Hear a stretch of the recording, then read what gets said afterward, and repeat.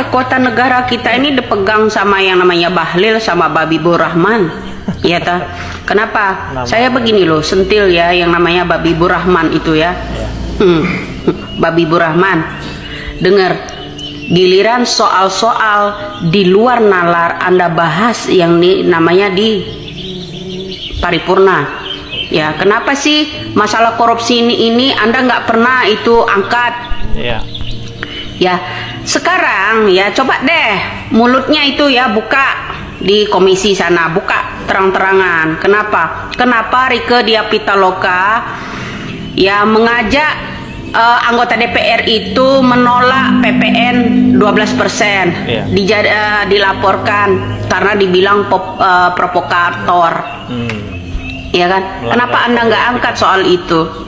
Ya, dengan catatan karena Rieke Diah Pitaloka itu melanggar etik. Apakah wakil presiden kita bukan melanggar kode etik? Melanggar etik, undang-undang etik. Melanggar kan? Kok yang namanya Rieke Diah Pitaloka kan di situ pasalnya tepat tentang undang-undang tahun berapa mengenai kenaikan itu paling besar 10%, kemudian paling terkecil 5%. Lah, ini kan menganjurkan ya menolak yang namanya permintaan yang namanya Rieke Diah Pitaloka itu untuk kenaikan PPN terlalu besar sampai mencapai 12%. Atau jangan-jangan kita mau moneter lagi kayak zamannya SBY ya, sekalinya naik BBM itu 300% gitu aja sekalian, dikit itu mah. Saya pengen lihat tuh orang-orang tuh guling-guling itu semua itu nanti bila perlu nanti gedung DPR itu ngebul nanti. Terlalu sedikit kalau kata saya, kalau 12% ya tanggung-tanggung amat, mendingan aja langsung kayak SBY ya kan. Kalau yang namanya dulu BBM itu dari 6.000 naikkan sampai 10.000 gitu. Itu masih sedikit, ya kan? Loncatin lagi sampai ke langit, sampai oleng lah Indonesia ini. Yang herannya Babibur Rahman ini nggak angkat masalah-masalah yang namanya PPN itu. Ya, kemudian coba angkat masalah korupsi kayak ya, seakan-akan negara kita ini digenggam sama Babibur Rahman sama yang namanya ini Babibur Rahman. Halo Pak, Anda itu nggak mewakili untuk rakyat. Anda duduk di sana itu atas pilihan rakyat untuk menyampaikan keluhan rakyat, mewakili Dewan Perwakilan Rakyat. Kalau kayak begitu mah Dewan Perwakilan Presiden, Anda itu DPP namanya, bukan DPR ya. Anda tuh dewan para mafia. Itu lebih pantasnya. Sekarang ini siapa yang menentang itu iniin. Dengerin ya, Pak. Ya, bocil denger. Orang itu ya kalau memang benar-benar membela yang namanya rakyat, ya apa keluhan rakyat disampaikan. Ya, atau misalnya kenaikan itu apa nggak terlalu besar Pak, kasih saran dong presidennya. Ini malah siapa yang menentang itu ya dipolisikan, dilaporkan. Ya nggak lucu lah, jangankan rakyat biasa ya kan dilaporkan. Yang namanya Rieke Diah Pitaloka mewakili suara-suara rakyat di situ aja dilaporkan. Anda itu sebenarnya Anda duduk di DPR itu mewakilin apa? Untuk apa? Untuk apa DPR? Untuk apa perwakilan rakyat? Kalian bukan ini deh pembela rakyat deh kalau kata saya, pembela mafia. Ya, gaji kalian aja digaji sama rakyat. Muak banget deh gua ngelihat yang namanya itu Babibur Rahman itu ngonceloteh aja, ngoceh nggak karuan situ mewakili atas nama rakyat. Atas nama rakyat yang mana kamu bela? Sekarang yang namanya Rieke Diah Pitaloka yang membela untuk rakyat agar kenaikan PPN itu 12% itu diturunkan, menolak. Ya gimana seharusnya ya Babibur Rahman itu ya mau buka suaranya, seharusnya menganjurkan apakah bisa turun dari 12% gitu. Ini aku nggak habis pikir loh, orang dewan yang perwakilan rakyat benar-benar untuk rakyat menolak. Oke. Halo teman-teman, kembali lagi bersama saya di channel ini. Salam NKRI harga mati.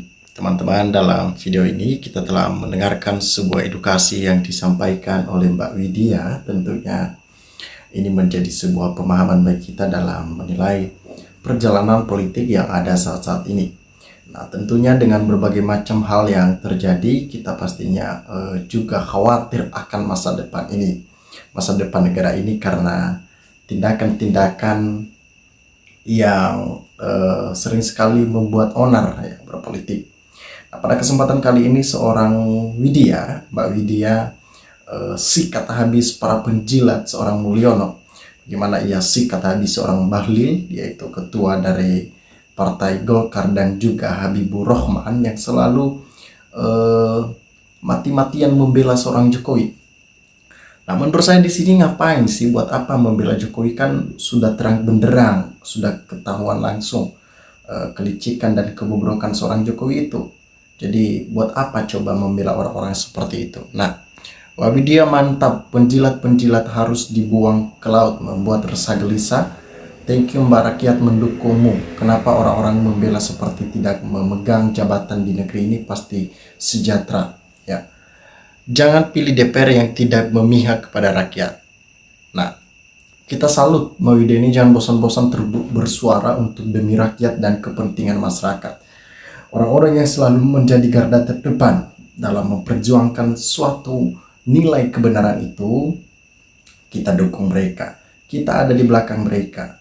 Buat apa? Supaya segala sesuatu yang kita lihat saat ini itu menunjukkan bahwa perjuangan kita memang itu harus panjang umur ya. Tindakan-tindakan Jokowi itu berusaha semaksimal mungkin dari setiap pendukungnya, dari setiap penjilat-penjilatnya juga, mereka berusaha untuk menyembunyikan kebobrokan Jokowi. Ya, pertanyaannya buat apa coba disembunyikan?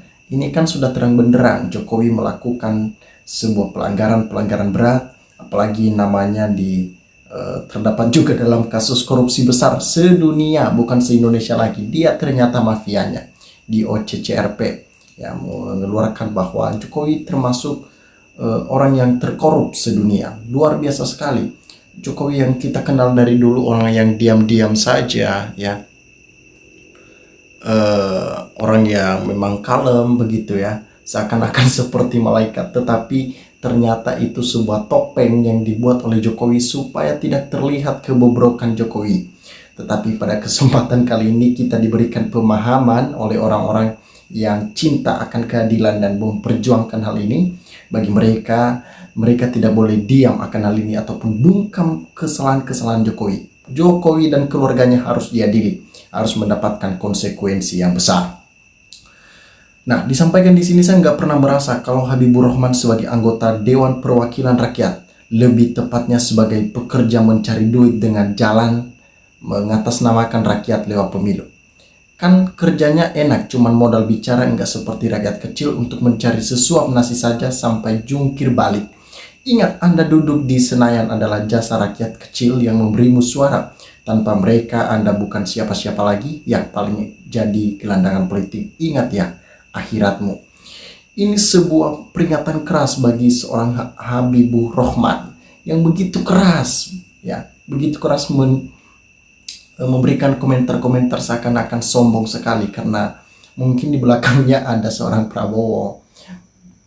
Percaya sama saya bahwa Prabowo mulai membersihkan negara ini. Jadi bisa saja Prabowo menendang ataupun memecat nantinya Habibur Rahman ini ya, kalau sering sekali membuat kegaduhan karena masyarakat tetap bersuara. Bu Widya luar biasa, semoga banyak ibu-ibu yang memang menyuarakan hal ini berani tampil seperti beliau. Ayo berani bersuara buat kebenaran. Kalau dibiarkan Indonesia akan hancur di tangan mereka yang jahat ya, kalau kita membiarkan hal-hal seperti ini terjadi. Makanya rakyat harus pintar, jangan mau dibodohin. Kalau dekat pemilu, saya nggak pernah memilih anggota DPR, semua munafik ya.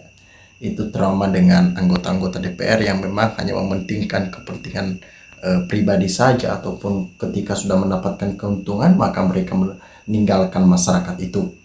Nah, Habibur Rahman itu bukan wakil rakyat yang cocok dapat julukan Dewan Perwakilan Presiden. Itu baru benar. Luar biasa memalukan juga ini ya. Ingat lu Habibur Rahman, lu dipilih dan digaji oleh rakyat, toh sama sekali nggak bela rakyat, payah loh. Jadi dia lupa bahwa dia duduk di sana itu karena rakyat menusuk gambarnya di kala itu ya. Teman-teman, sahabat-sahabat dari Lensa Netizen, silakan berikan tanggapan teman-teman di dalam kolom komentar ini sehingga kita dapat bertukar pikiran antar satu dengan yang lain lewat kolom komentar ini. Terima kasih teman-teman. NKRI harga mati.